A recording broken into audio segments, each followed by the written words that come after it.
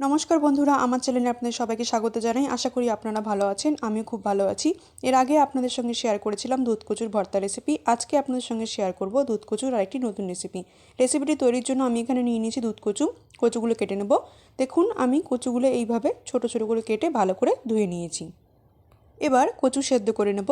এর জন্য আমি একটি পাত্রে অল্প জল দিয়েছি। এর মধ্যে এবার কচুগুলো দিয়ে দেব। কচু দিয়ে এবার দেব সামান্য লবণ। ভালো করে নেড়ে মিশিয়ে দেব। এবার ঢাকা দিয়ে 5 মিনিট সেদ্ধ করে নেব। 5 মিনিট পর দেখুন কচুগুলো ভালোভাবে সেদ্ধ হয়ে গেছে। এই রকমই সেদ্ধ করে নিতে হবে।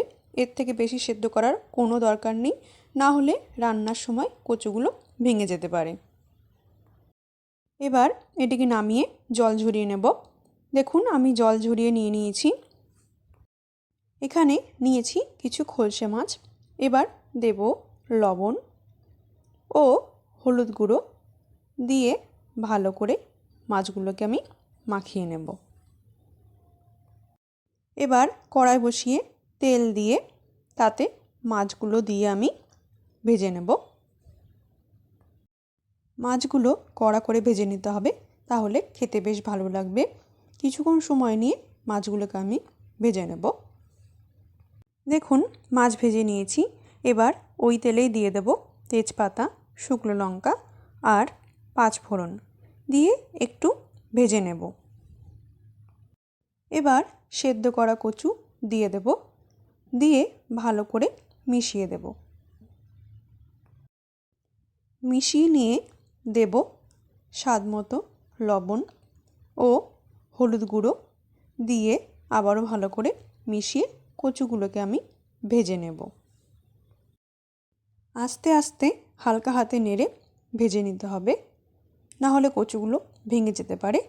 সাবধানে নেড়ে কচুগুলো ভেজে নেব। দেখুন, ভাজা হয়ে গেছে। এবার তুলে নেব। এবার ওই তেলেই দেব পেঁয়াজ কুচি। পেঁয়াজগুলো একটু ভেজে নিতে হবে। পেঁয়াজ ভেজে নিয়ে দেব রসুন কুচি, দিয়ে আবারও কিছুক্ষণ ভেজে নেব। পেঁয়াজ আর রসুন ভেজে নিয়ে এবার এতে দেব কিছু কাঁচা লঙ্কা। আপনারা আপনাদের পছন্দ মতো ঝাল দেবেন। একটু ভেজে নেব।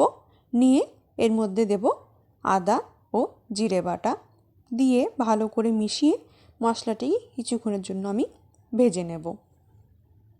মশলাটি ভালো করে ভেজে নেব। মশলা ভাজা হয়ে গেছে। এবার এতে দেব আমি একটু ধনে গুঁড়ো, দিয়ে মিশিয়ে আবার একটু ভেজে নেব। সব কিছু ভালো করে ভাজা হয়ে গেছে। এবার এর মধ্যে ভেজে রাখা কচুগুলি দিয়ে ভালো করে মিশিয়ে নিতে হবে। হালকা হাতে নেড়ে নিতে হবে। ভালো করে আস্তে আস্তে আমি মিশিয়ে নেব। এবার লো ফ্লেমে 3 মিনিট ঢাকা দিয়ে রেখে দেব। 3 মিনিট পর ঢাকা উঠিয়ে একটু নেড়ে দেব। নেড়ে নিয়ে এর মধ্যে দিয়ে দেব আমি সামান্য চিনি। চিনি দিয়ে আবারও হালকা হাতে নেড়ে ভালো করে মিশিয়ে দেব। কিছুক্ষণ এটিকে এইভাবে রান্না করে নিতে হবে। এরপর এতে দিয়ে দেব ভেজে রাখা খলসে মাছ। মাছ দিয়ে ভালো করে মিশিয়ে দেব। এরপর দিয়ে দেব সামান্য জল।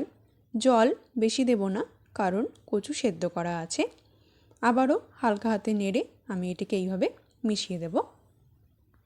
কচুগুলো এই রকম গোটা গোটাই থাকবে।